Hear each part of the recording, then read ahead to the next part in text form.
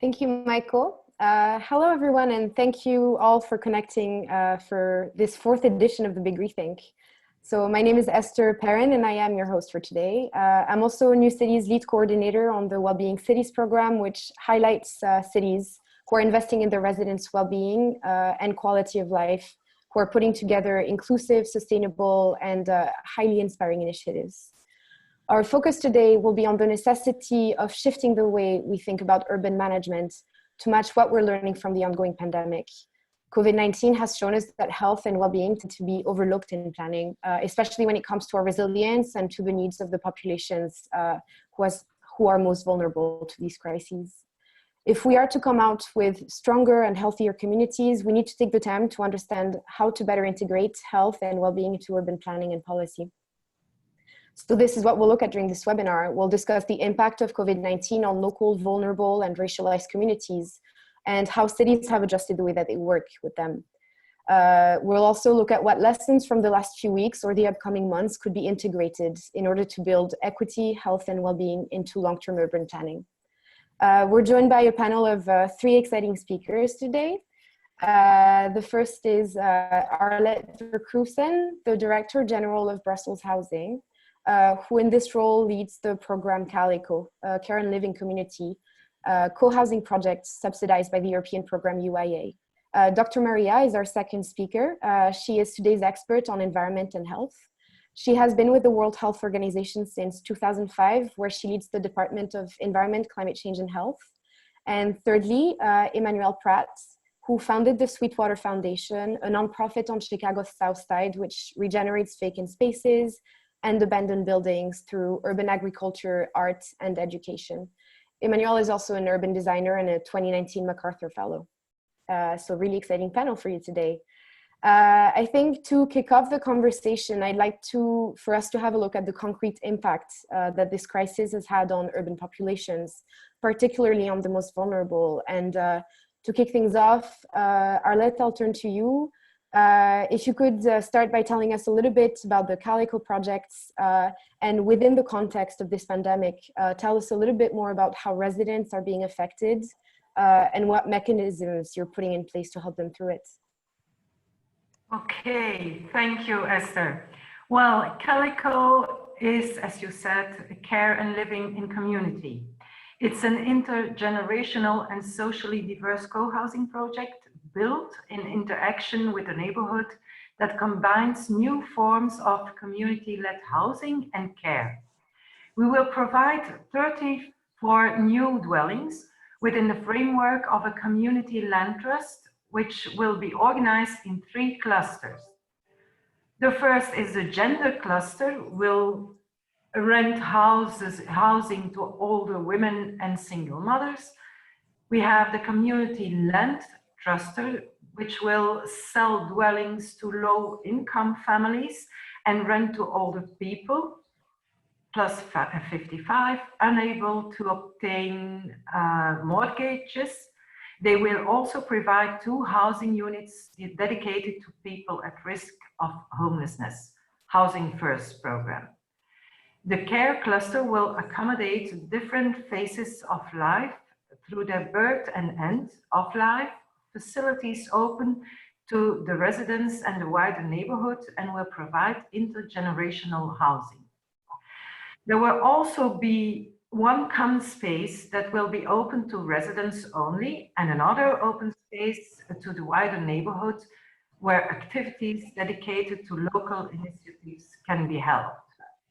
Aside from providing housing to vulnerable people, we want to empower them by involving them in the different stages of the decision-making process. For instance, the future residents will participate in architectural design workshops and will take decisions in the design of the dwellings.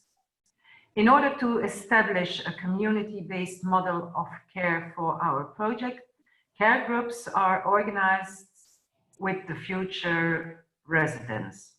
Ultimately, this project could contribute to a paradigm shift where care, in addition to conventional institutionalized care, can be organized by and within a local community. You asked me about coronavirus. At the moment, the construction work on the 34 dwellings is still ongoing, and it is expected to be finished by the end of this year or early 2021.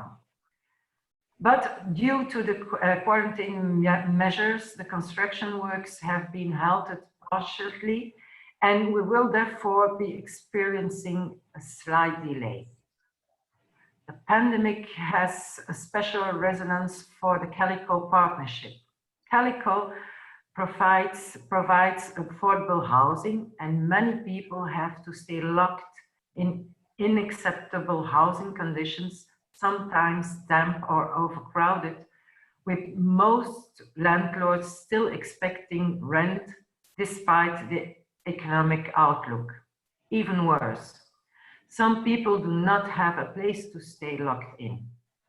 Calico is an intergenerational housing project with a sizable proportion of elderly people, and they represent a population highly affected by the situation, not only in terms of health, but also in terms of social isolation. Calico is also a feminist project.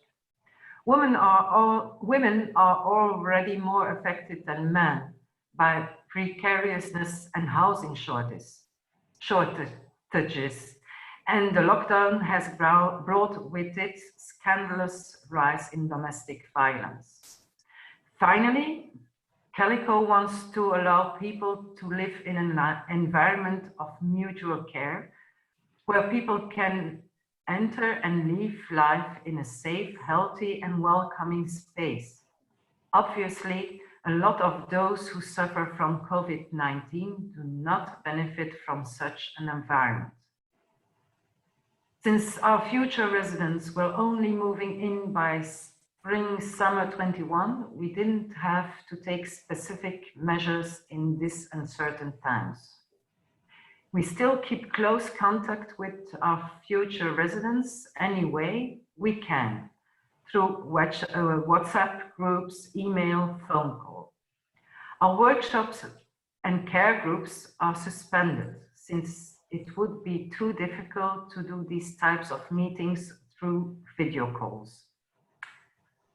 We are still in construction phase, and our future residents aren't moving in until next year, but a woman from the CL Community Land Trust Brussels housing cluster shared her impression of the lockdown and how it relates to Calico. Within the current situation, we are deep in Calico territory. That is near us, but can only be accompanied from a distance. Children are born without their father's presence. People are in dire need of the kind of informal care that sustains life. That was my contribution. Thank you, Arlette. I think you've highlighted it. That was great. I think you've highlighted a very important issue within this crisis, which is the fact that a lot of necessary services have been completely interrupted, and services that should be delivered to the population with the most needs. To dive a little deeper into this, I'm going to turn to Emmanuel now, and I think looking at this all, the more we learn about quality of life and well-being, the more we realize that they're about more than just indicators of physical or mental health. You know very well, Emmanuel, that how well we live in a city is affected by the quality of the surrounding built or natural environment, our sense of agency, the cohesiveness and resilience of the community around us. Emmanuel, this is something that you have applied specifically within the work of the Sweetwater Foundation. I'd love for you to tell us a little bit more about, what you're seeing on, what impact you're seeing on the communities you're working with, how you're reacting, and also tell us about the essential economy aspect that you're pushing forth these past few days. Sure. We operate on the south side, predominantly on the south side of Chicago, where it's only recent in the past week or so where majority of the numbers are we're starting to understand who's impacted death-wise. Death rates are most heavily concentrated on the south and west sides of Chicago, also with respect to Milwaukee, Detroit. It's because the data in this post-COVID reality is actually already telling and corresponding to the decades of neglect through redlining, spatial neglect, lack of health and wellness support and care in the same neighborhoods, particularly in the south and west sides of Chicago. So it's kind of built into the system. Oh, am I still there? Okay, Yes. there you go. Yeah. So it's already built into the system, and when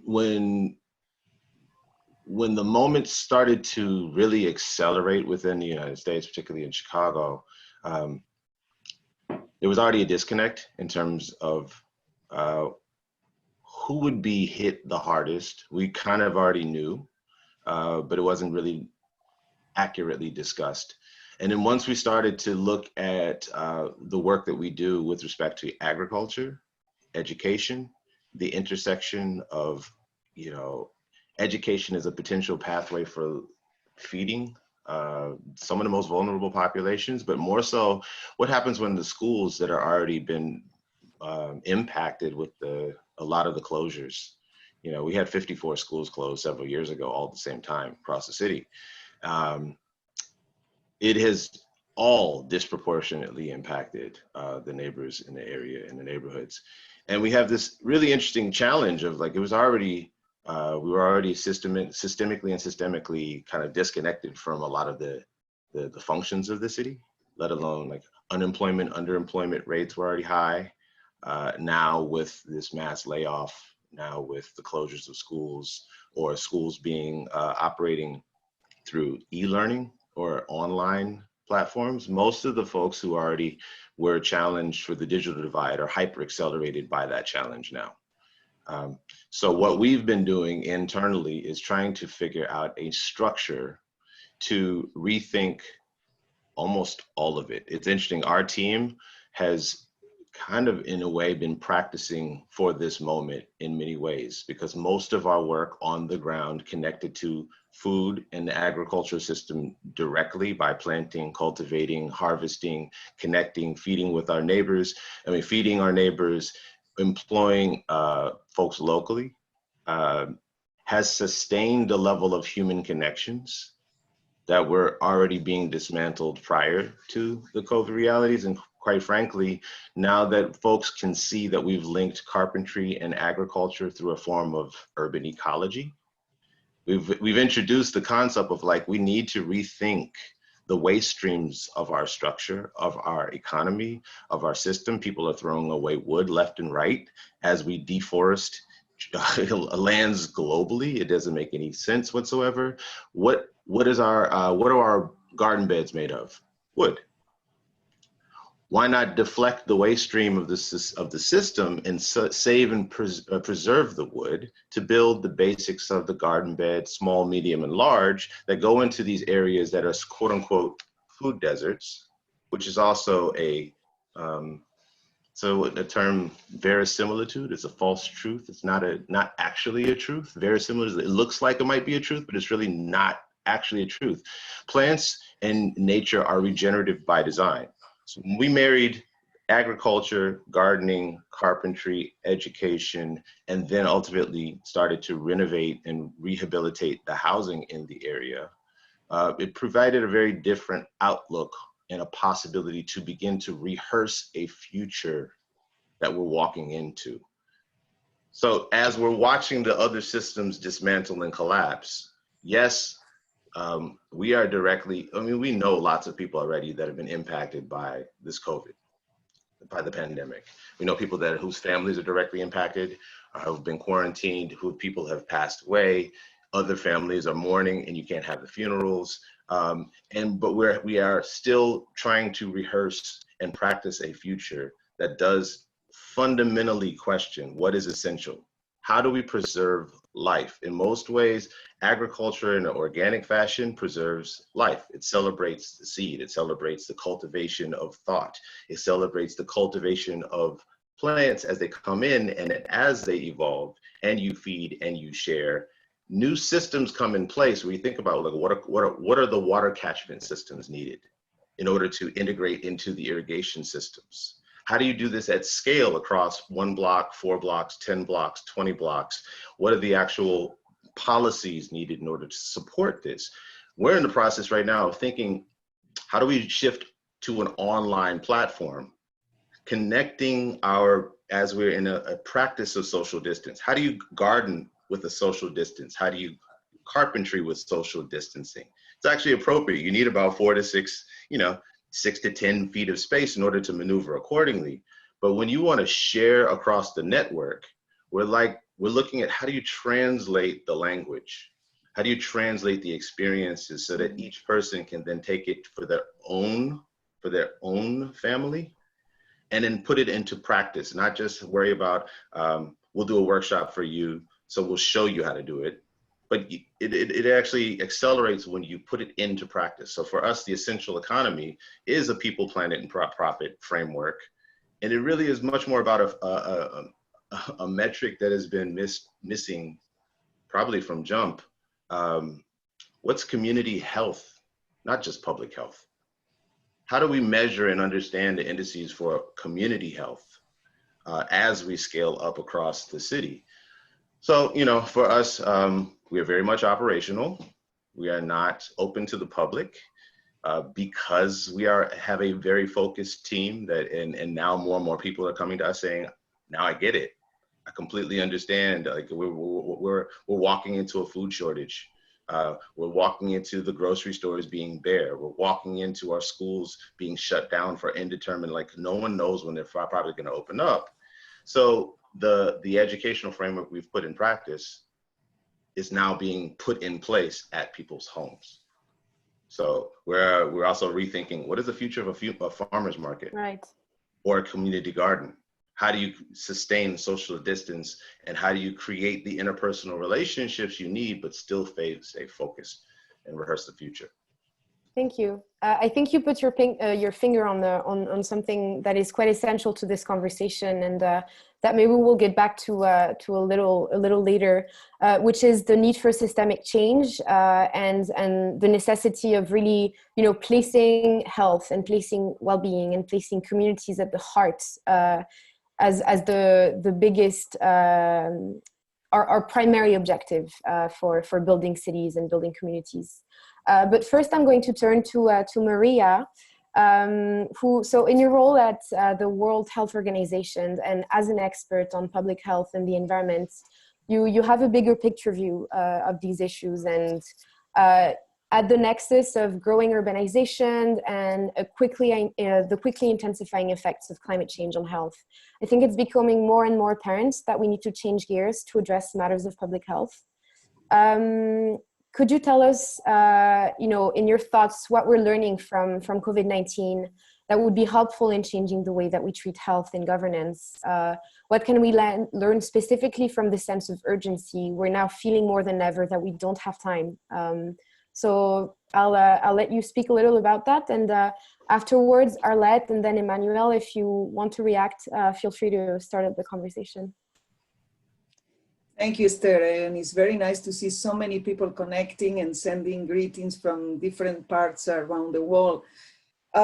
Yes, WHO is today in the middle of something that we are totally, as you can imagine, as shocked as the rest of the world. For the first time in history of humanity, we have half of the planet on lockdown.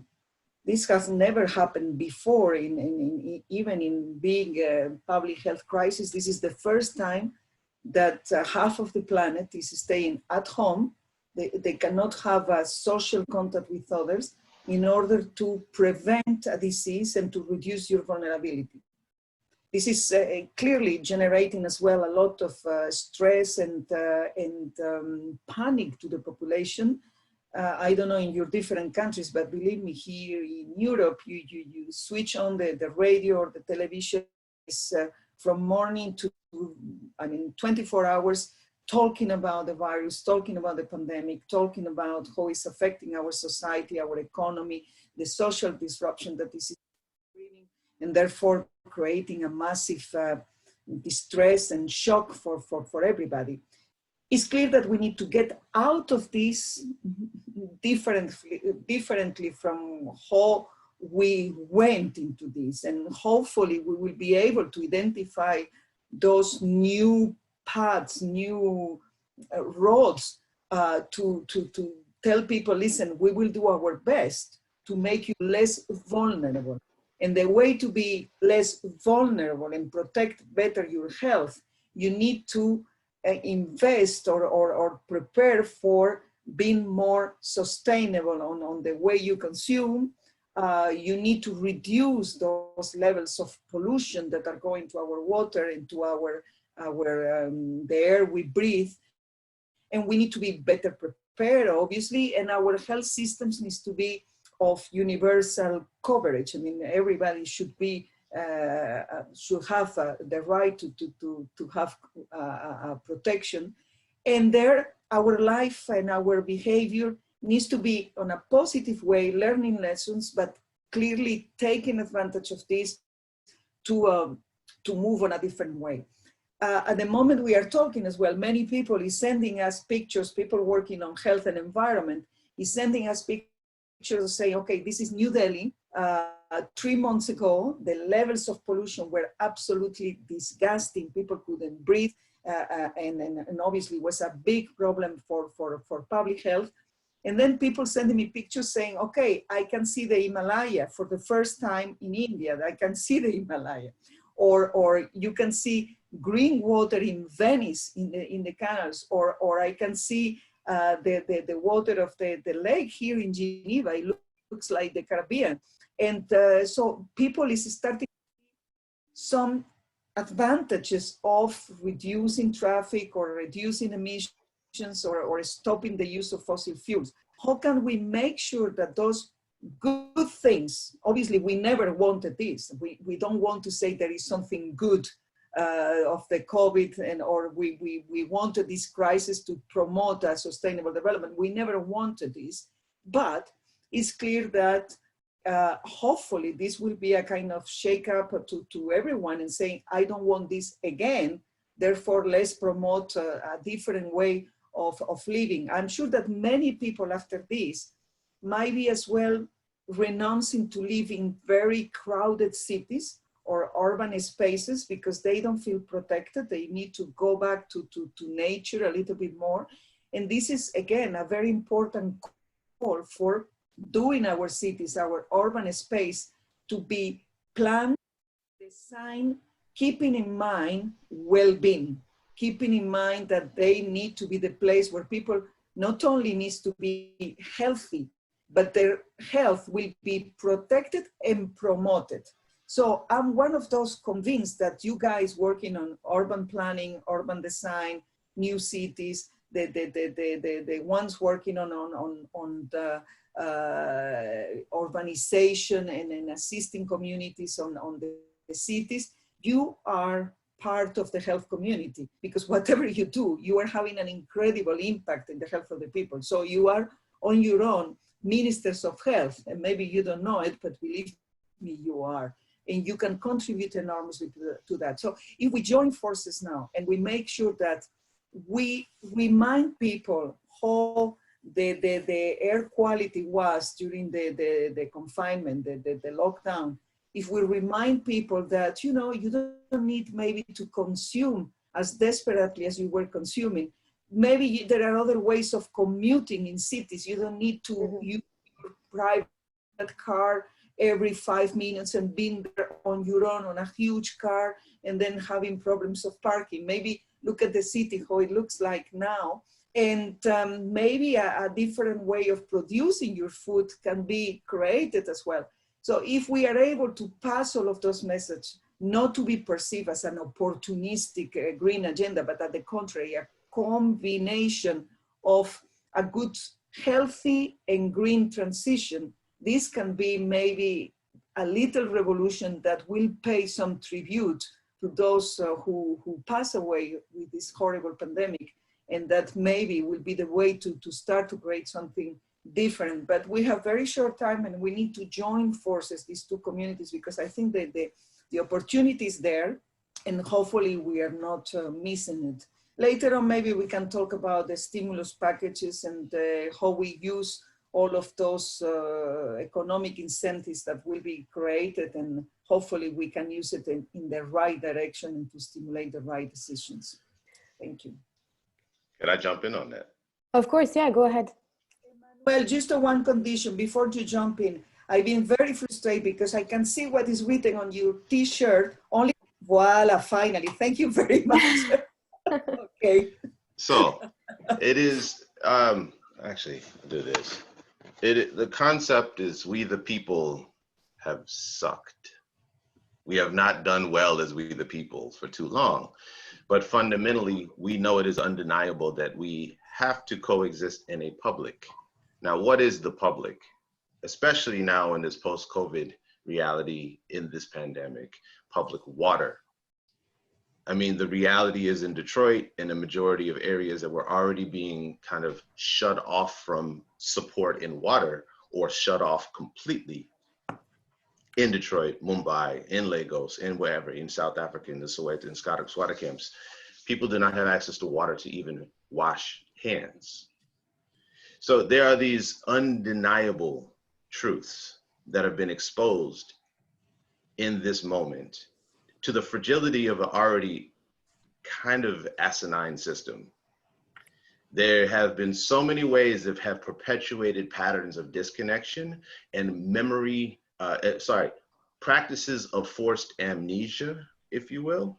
The fact that we don't cook, we have a society that rushes too fast and we forget how to cook or how to grow or how to share, and art is being stripped out of our educational systems, this, that, and the other. Like the whole system is designed to kind of have these holes that we're falling in. It's this metabolic rift. There's these rifts, extract, and never replenish. So now we have a moment to pause, reflect, and expose and talk about these inescapable truths that we can find a way to rethink our public through social distancing, health and care and wellness. Where's the data from the cities that they have ignored the realities of these cities? We all know how capitalism works. We all know how it is structured. It favors the 1%, et cetera, et cetera. We all know this, but there's such a huge fundamental disconnect of equality and equity. You know, these are real terms that we need to come to grip with. We can't gloss over them. The reality of green industry is greenwashing in some cases. At small scale, it does make sense to do certain things with solar and wind. At certain other scales, it doesn't.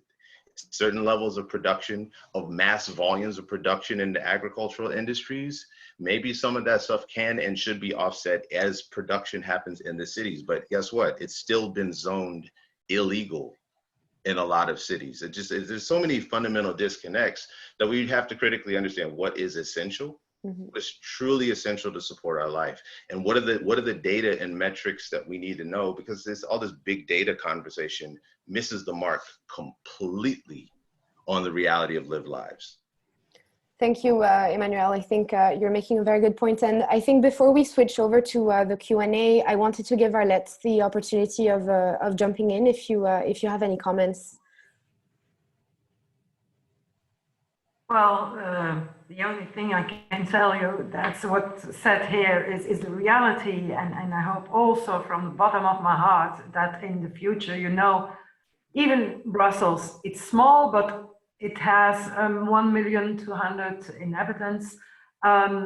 People are not living well, or have the same problems as around the world. So I think it's very important for the urbanists to rethink the city and taking in account health, well-being, of all the persons and not only for a small part of them. So thank you for your contributions. One other quick thing that I've noticed that I'd be remiss to not speak about is that police formations have taken a new shape. There is a new level of formations that we have experienced, just patrolling and understanding the areas that are the most susceptible to quote unquote crime and violence, also that are hotspots for most susceptible and vulnerable to not have access to medical care. There are also the areas where we have returning citizens that are coming back looking for work, looking for employment, that are gonna be unemployed, that are also now the target areas to watch. And so we have to rethink what is the utilization of public space, public places, to create a system of inclusion and watch and concern and care that does not over police and over militarize these same spaces. Because some of the if you watch what happened in Soweto when they wanted to try to put like or in New Delhi, when you want to begin to institutionalize public like social distancing of the practice, but you go in with an AK-47 and an AR-15, or you have people that are being released out of prison early to go back to the families that don't have the support structure and means. Mm-hmm. We have to embrace these realities. We have to do this. You're right. I think this crisis has highlighted, linkages between equity and health and vulnerability more than ever before. It's really important for us to mention it in order to be able to move on and turn to well-being and turn to equality as the foundations of communities. Michael, I think I'm going to hand over to you now. I see the Q&A is quite booming, and I'm sure we have a lot of exciting questions for our panelists. Thanks very much, Esther. Yeah, a lot of questions. I'll start with one here. We know that making cities healthier is a collaborative effort. It has to be multidisciplinary, involve participation from the public, private, academic sectors. What measures are cities and universities putting in place to encourage these sorts of collaborative partnerships to help solve the difficult health challenges we face now and in the post-COVID environment? And have any of the panelists been involved or been approached to participate in any multidisciplinary collaborative efforts within their cities? You can go ahead.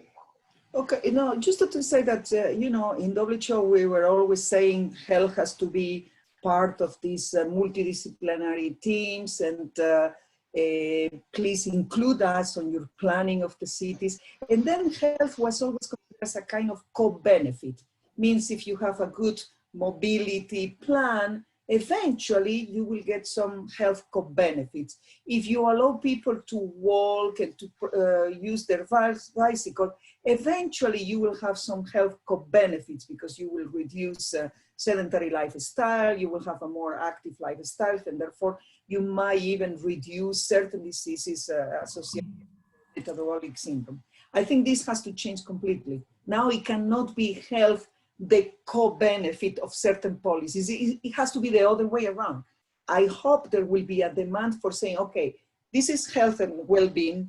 Give me the components that a city as an urban space needs to have in order to protect, to promote, and to reduce totally vulnerability for people's health.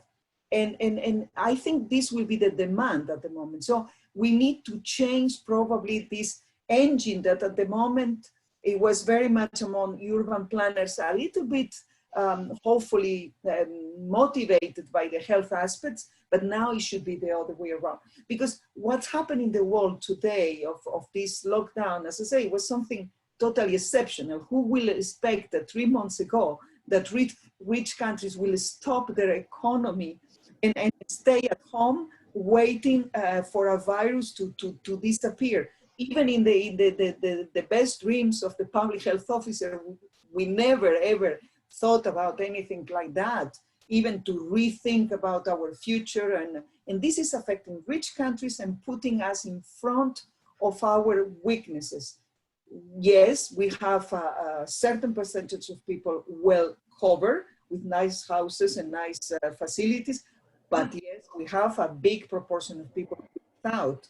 With an incredible inequity, And we are telling people, go home and wash your hands. We home. I don't have a home, and I cannot wash my hands for the simple reason that I don't have soap and current water. So those terrible truths that we have been confronted to will force us to prioritize health and well-being and plan the rest accordingly, or at least that will be my dream.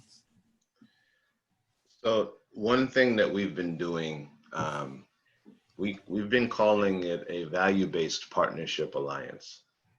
So every week we have a local, regional, and national and global call that we share with a small few of people on the ground that are in the front lines watching things happening, but are rooted and anchored in each of these respective communities. One might be in Chicago, one's in Milwaukee, one's in Detroit, one's in New Orleans, one's in DC, another person's in India, it's in Delhi, another one's in Johannesburg. And we have these rotations of calls, somebody in Brazil. And we say, you know, what are the localized practices? I saw one of the comments that says, what does this look like? Well, I mean, we have folks that are doing gardening, teaching, homeschooling, basic building, small scale, and you might not have access to a saw, you might have a hand saw, you might not have a drill, you might have a screw and a nail or whatever, you know. So we've been looking at these experimental practices that are rooted in place, that are directly responding to try and keep a form of rehearsing the future in practice. And we have this networked call that says, what's working for you, what's not working for you, what are you seeing? And then all of a sudden we do link in some of the universities, very select, targeted faculty that we have real partnerships with, not top down, they actually listen. Because one problem is a lot of times universities will come in with speculations and then they come up with some top-down solutions and they're completely disconnected from any form of reality of what's on the ground. And you have this, we don't have time for that miss right now. We don't have time for wasted fictitious, hypothetical utopian projects. We have to do with the real work. So what's interesting is that we've structured a call between practitioners, residents, responders, students, who are no longer able to be at the university, even high school students that are doing online learning, and then faculty members, grandparents. And we have this kind of hug of a call where it's a conversation. What's working on the garden side? What's working on the water collection side? What's working on the furniture side? How do you build your public space back? And then it's an opportunity to invert the future relationships of universities to support the neighborhoods that they should be serving in close proximity. You should be able to, yes, do the research that is needed. Yes, the floodplains, we have communities that are right in the throes of floodplains or water shortages. Let them have a voice and speak. And then, as you mentioned, have a chance to really think about the realistic research frameworks that can then support these same communities as you restructure the future of what the role of the universities, the schools, and you know, this is a really critical moment to create the image that we'd like to see as a vision for the future. How can we imagine what the future is if we're all trapped inside and we have no idea, we don't see each other, we don't connect? We have a moment to really reflect critically and create a new vision of what this global economy potentially should, what it has to be, what it needs to be.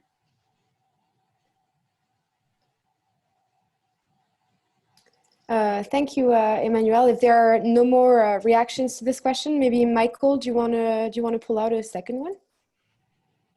We have a question here about how we can leverage the lessons learned from the pandemic's exposure of all the social inequities in cities to help plan for the longer term fight against our changing climate change. Are there key lessons, key awarenesses right now that we can draw out and bring into our long-term plan? Yeah, I think in terms of climate change, it's clear that now we need to use the narrative in a very positive way. I don't think we can go to the public now and say, listen, you are still in the middle of a horrible pandemic, but be prepared because there is another one coming in. another disaster, which is called climate change. I think we need to prepare people on a positive way and transforming all the work we have been doing on climate change on a positive way. It's clear that after this, we need to make our communities much more resilient to climate change. And I think when we look at the causes, the root causes of a pandemic, it's clear that can be very much associated, the root causes, to this very intense travel, the deforestation, losing biodiversity, our intensive agriculture, I mean, the overuse of fossil fuels. I think we all know that. So now the lesson is using that narrative on a positive way and preparing for this transformation to be much more resilient to climate change, including for health, and tell people, unless we adapt to climate change and we are more resilient, otherwise we will be more exposed to this type of infectious diseases transmission, and at the same time mitigate the climate change, because the mitigation of climate change will be a more sustainable future, will be as well protecting you again for this vulnerability that you have been exposed at the moment. I think the narrative has to be around this reduction of vulnerability, better preparedness, better protection for the people, and keeping the health really at the center. And we need to be sensitive on not using maybe this language of, yes, we need a green development. We need a healthy recovery with green recovery and an economic recovery as well, because people will be very sensitive as well about the relaunch of the economy. Otherwise, we see that how many people is losing their jobs now.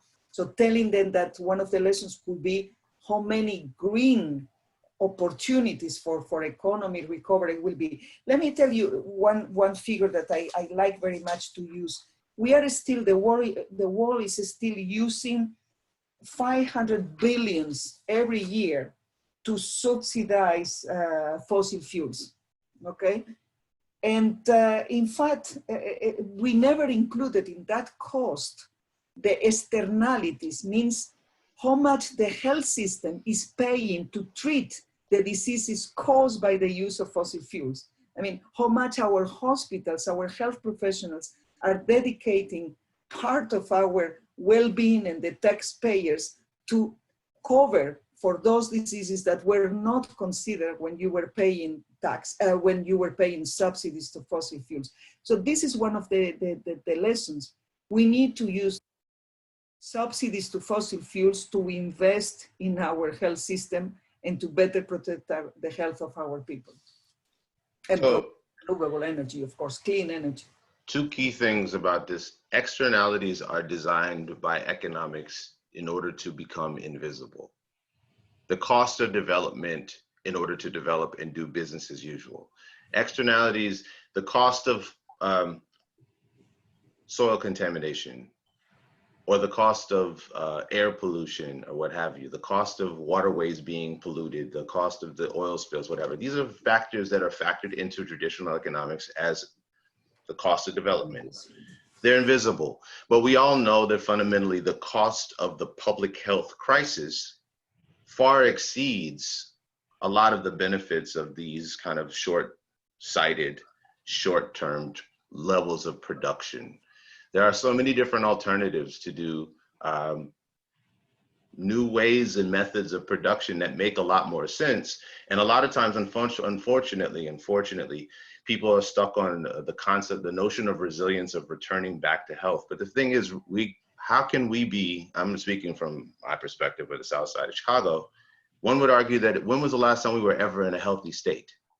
How can we return back to that healthy state? We've actually never had an opportunity to be in a healthy state. So maybe there's a different twist and a lens on thinking about what resiliency is. I mean, humans have been fundamentally parasites on the face of the planet ever since we've existed. We have not done well to support any form of sustainability because we've commodified everything. You've thingified the land, you've thingified, we've reduced chickens to some chickenization process of just mass production. instead of celebrating what chickens actually are. And you know, the levels of production and regenerations of eggs are so exponential. The regenerative aspects of tomatoes and peppers and basil and all types of stuff is so profound. How is it possible for us to ever have a food shortage? Seriously. I mean, especially if you integrate that into education, labor, universities, working symbiotically in tensegrity, there's a different level of cohesion. So one fundamental problem is that our master planning process that dictates economic returns in these paradigms of production and oh, well, this didn't work, but I'm gonna force it to work, even though it's just the cost of development. And I see how we should fundamentally change our waste streams. But our production system for master planning says we need to keep producing this way. So maybe it's time for a concept of graduated incrementalism. Let's set a target goal of a local practice and actually learn from a biomimetic informatics frameworks and biologically inspired information networks that can mutually inform health, wellness, community, education. You know, it should be a graduated strategy. So we don't just wait and let other people do everything for us. Let the system, because the system is going to return back to what it knows and it's going to fail again. It's going to be worse. Thank you, Emmanuel. I wanted to ask Arlette specifically, you know, within your work with your targeted populations in Brussels and the housing projects, are you identifying new ways to reorganize the system and, you know, to replace priorities and reuse capital in a way that, you know, in the future would help us cope with a crisis like this better? Well, I think, first of all, I think we are very spoiled here in Belgium because we had a lot of, in Belgium, a lot of measures to protect people in this pandemic situation. For example, it's not allowed in Brussels and in Belgium to exclude people from their home. They can't be on the street in this period. There are also measures for water, electricity. Everybody in Belgium is protected. We are looking now forwards which measures we could take for the people who are homeless. For example, for the homelessness, people who are living in the street today, hotels open their doors. They are staying there. They are not staying in the street. We have also, for the immigrants, we have opened special hospitals where they can stay when they are infected. But those are only measures for now. It's a matter of finding the right regulation and incremental changes, right? Right. So we are thinking, we are looking how we could solve the problem for the future, but honestly, we aren't that far. For the next chapter of the Big Rethink, it's all right. Michael, would you care to send us another question? I'm going to put Arlette right back on the spot, but of course this is a question that's open to everybody, which is, does the COVID-19, does it give us a moment to pivot our focus on planning and building design so that we can use building and the built environment to combat infectious diseases and improve public health outcomes?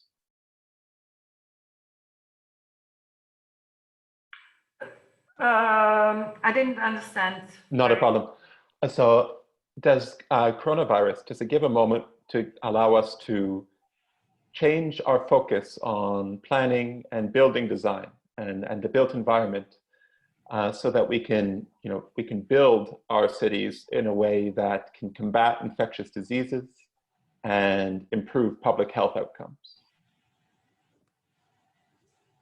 I think that rebuilding, as you know, from Brussels, we are 1,200,000 people in 160 square kilometers, so it's rather dense in Brussels. Can we rebuild? I would say, I would join Dr. Maria and saying health is we have to start from the health and wellness of people, well-being of people. But there is a reality. If we could start from zero, of course we would do it. But now we are thinking how we would do it in another way, but I don't think we are as far as that. Yes, I hope, and I'm not in the planning sector, I'm only in the housing sector. So with our project that I explained in the beginning, we are trying to combine these things and in a human way, let's say. But it's a project, and we are building on it, and we included the people. We are building together. But for the rest, I can only hope, and I hope that this panel here has put the foundation for thinking further than only building and nothing else. Thanks, Arlette. Any reactions from our panelists? Yeah, I mean, I tend to be pathologically optimistic, which probably when you work on public health is the only way to survive.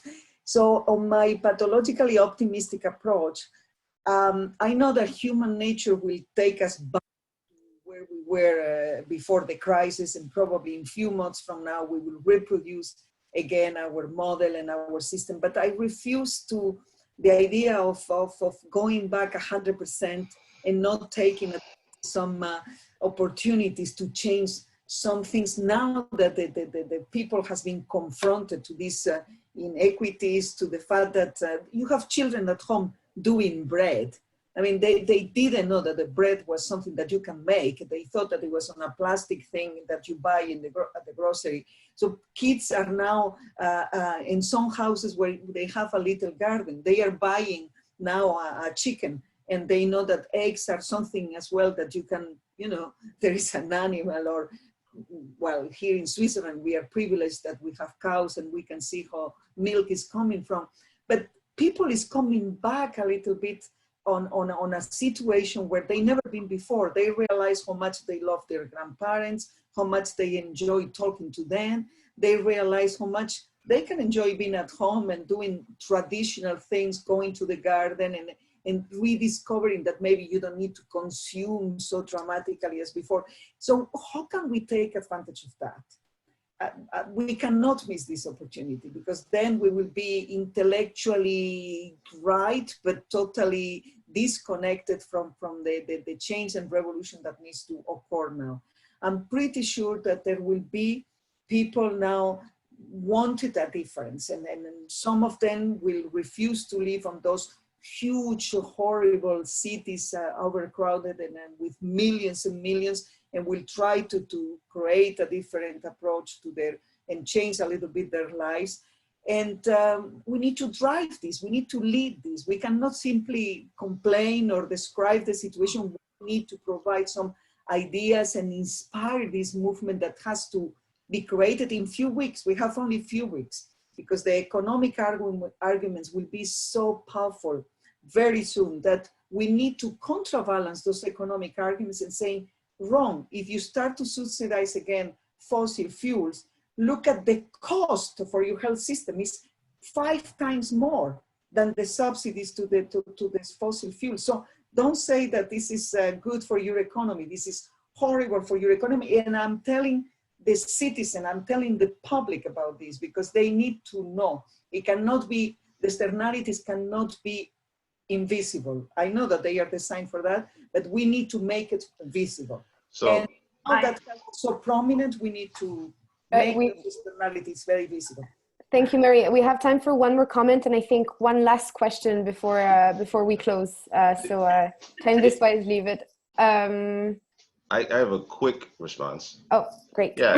So in the south side of Chicago, as a reminder, the neighborhood we operate in, used to have a density that was similar to other neighborhoods in the city of Chicago. Traditional economics completely annihilated. We've got a hole now. We've lost housing, we've lost jobs, we've lost. So as a response, as an adaptive response, now we have 4 contiguous city blocks as a living example of agriculture, gardening, education, arts, community practice, carpentry, and we are designing new forms of housing as a community land trust, because we own lands. We have a church that was foreclosed and vacant that we're renovating. So we have 4 contiguous city blocks that is as a way of emergence that is responding to an economic loss and collapse. That also, to that point, the last point, that starts to highlight the absurdities of other types of formal practices. So we should start looking at these comparatives of like what we have new forms of housing. And honestly, in order to rebuild at an economic scale, traditional economic scale, we would overcrowd this same neighborhood that would not actually be healthy in a post-COVID reality. It's actually best to not have everyone overly crammed on top of each other at that rate of return that we know will cause a public health crisis moving forward. So instead of putting a house on every parcel, we're putting a house on every other parcel to start to allow for space. And the interstitial space in between, these little vacant spaces can become spaces for new designs, for community collective gardening, for new forms of social practice, for some other type of economy that you can move at scale from 4 blocks to 10 blocks to 10 neighborhoods at the powers of 10 cities, 10 countries, what have you. So it's a great way to respond moving forward to hold people accountable, because we are missing accountability metrics. Thanks, Emmanuel. Oh, sorry, Arlette, one last word and then I'll hand over to Michael. Arlette, did you have a comment?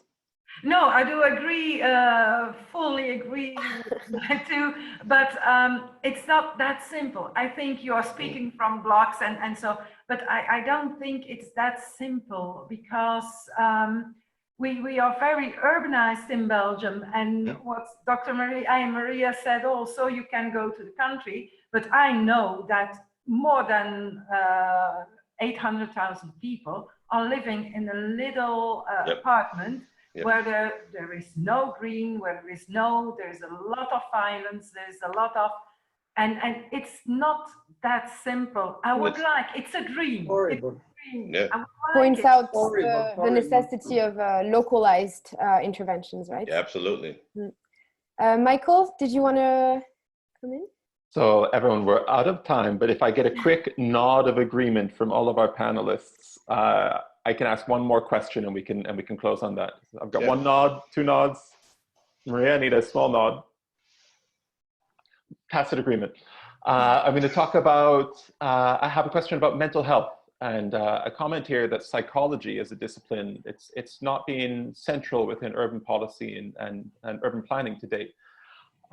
Is now the moment to bring psychology and urban thinking together more fully to develop an urban psychology? Maria, I'll start with you. I think it will be a tremendous demand now after this lockdown, and as Arlette was saying and others, I mean, most of the people has been on terrible conditions during 2 months already, on very, very small apartments, no windows outside, terrified by the fact that they are losing their jobs, and keeping on a very anxious environment, and the level of anxiety and the fear and panic that this pandemic is leaving behind. Definitely mental health needs to be very high on the agenda after now. And we don't know what this will represent for the children. Some of them, they have been they enjoy their parents and all of that, but most of them will have a very strange memories of this period where they were terrified by a threat that was outside and for which their parents couldn't protect them, or at least this will be the feeling. So mental health will be a priority, yes.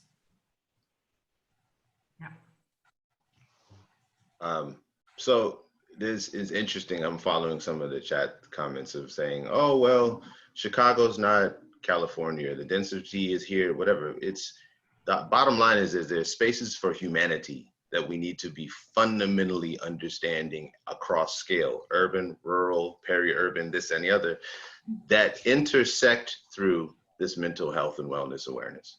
So yes, maybe the densification of cities need to be fundamentally a question at this moment. What is the actual sustainability that allows for us to still have spaces of humanity to create and cultivate a culture of care? Because we do have a reality of densification, even in Chicago, in certain areas and certain neighborhoods that have been built up that are now feeling they're completely like paranoid, constantly hearing sirens, constantly feeling like I can't get in, I can't get outside, I can't share in this pain. And you know, there's people that are dying in isolation. It's like one of the worst moments in history at scale. And it is now, you know, there is a need for this culture of care to be cultivated for the next year, 5 years, 10 years, across this urban rural continuum. It just has to, we have to design the spaces for humanity. Thank you, Emmanuel, and I think that wraps up our conversation quite nicely. I wanted to thank our panelists and our audience for your participation today. And I'll hand over to Michael so he can close the session for us. I'll just reiterate the thank you. Thank you so much to our panelists today. Thanks so much for the audience for being so active in the chat and in the Q&A. Everyone who's registered today will be receiving a quick survey. We'd love it if you could take 5 minutes of your time to fill out the survey, help us inform our Big Rethink and the rest of our content series going forward. And we'll be back next week with the Big Rethink, same Tuesday, same 12 o'clock Eastern time. And we're going to be talking about density in the city, beyond megacities, rethinking density. Thanks very much, everyone, and have a great day. Thank you, everyone. Nice to Thank meet you. Bye. Bye. Bye.